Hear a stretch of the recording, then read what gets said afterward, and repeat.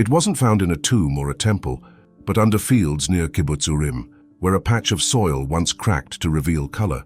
Beneath the Negev's shifting dust lay a Byzantine mosaic so detailed, so vivid, that scholars called it one of the most exquisite ever uncovered in southern Israel. But what was it doing out here on the edge of the desert?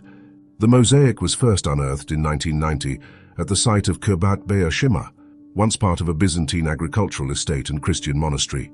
Though exposed, it remained largely forgotten for decades, battered by wind, rain, and the passing of time.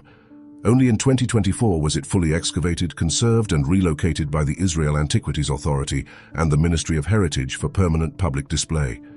Why hide such beauty in a place so remote? Dating between the 5th and 7th centuries CE, the floor belonged to a monastery believed to be part of the Negev's wine and pilgrimage network, connecting inland farming centers to ports like Gaza and Ashkelon. Alongside its church and courtyards were storerooms, wine presses, and dormitories for monks and travelers. This was a frontier outpost for both devotion and trade, where faith was fermented in silence. And at its heart lay this mosaic. It spans dozens of medallions, animals both domestic and exotic, hunters mid-sprint, baskets spilling with fruit, and human figures laboring in vineyards. But unlike many church mosaics of the time, there are no inscriptions, no saints' names, no biblical verses. Not a single word accompanies the imagery. Was this absence deliberate? A silent gospel told only in stone. Crafted in the opus tessellatum style, small tesserae fitted in tight grids, the mosaic reveals both technical mastery and narrative intent. But without inscriptions, the meaning slips from our grasp. Were the animals symbolic? Did the fruit represent paradise? Or was this a more local story known only to the monks who tread over it daily? Why leave no names behind? Surrounding the mosaic, archaeologists found remains of wine amphorae, pressed floors, and clay pipes, confirming that the monastery was a center of both spirituality and production.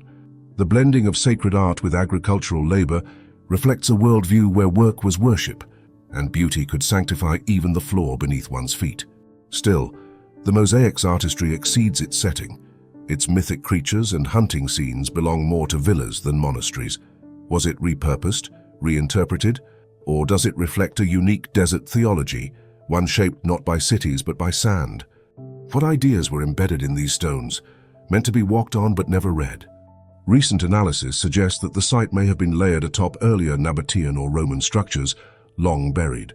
Was the mosaic laid to overwrite or to consecrate? No earlier inscriptions survive, but perhaps erasure was the point. And still more curious, the total lack of Christian iconography. No crosses, no halos, just labor, harvest, and lions, as if salvation here was earned, not preached. This was not simply spiritual isolation. It was imperial presence in stone and sand. The Byzantine Empire encouraged monastic expansion into desert margins, securing its southern borders with both prayer and production. The mosaic, then, was not just decoration, it was declaration. Each flaked tessera is a word lost, a name erased, until only beauty remains without context.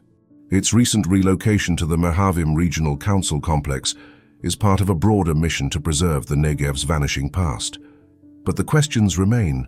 This wasn't just ornament, it was intention. A vision left behind in glass and color, now speaking again after centuries of silence.